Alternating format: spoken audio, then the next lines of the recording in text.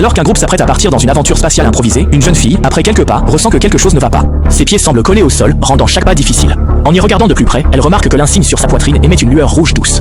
Voyant que la batterie est sur le point de s'épuiser, Xiaomei accélère désespérément vers le vaisseau. Cependant, juste au moment où elle allait monter à bord, le monde s'effondre autour d'elle, la ramenant instantanément à la réalité. Furieuse, Xiaomei serre les dents, se rassoit sur sa chaise, allume son ordi et commence à fouiller obstinément tous les secrets concernant cet insigne mystérieux. 2 ans et demi plus tard, Xiaomei parvient enfin à localiser la boutique d'insignes dont tout le monde parle. Le cœur battant, elle entre dans la boutique, prête à poser des questions sur l'insigne.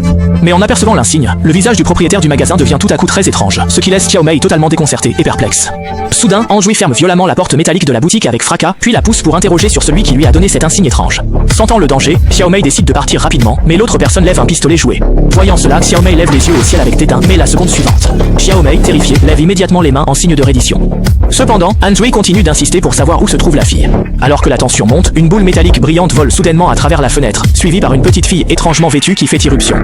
En voyant cela, Xiaomei comprend sans tarder que c'est la fille qu'il recherchait. Elle vient d'un monde parallèle, en proie à une crise majeure actuellement. Il s'avère que seul Xiaomei peut empêcher cette catastrophe. Face à cela, Kang Biao saisit vite une arme pour contre-attaquer, mais la fille le repousse d'un simple coup de pied sans effort. S'ensuit un échange intense, et malgré tous leurs efforts, le couple Kang Biao finit par être vaincu. C'est alors que Xiaomei réalise qu'ils sont en fait des robots. Avant qu'elle ne puisse réagir, le couple de robots active soudainement leur système d'autodestruction. Face au danger imminent, la petite fille prend Xiaomei par la main et la pousse hors de la maison. Heureusement, elles échappent juste à temps, évitant l'impact de l'explosion. Puis, Xiaomei suivit la petite fille dans le monde parallèle, permettant d'empêcher la fin du monde de se produire.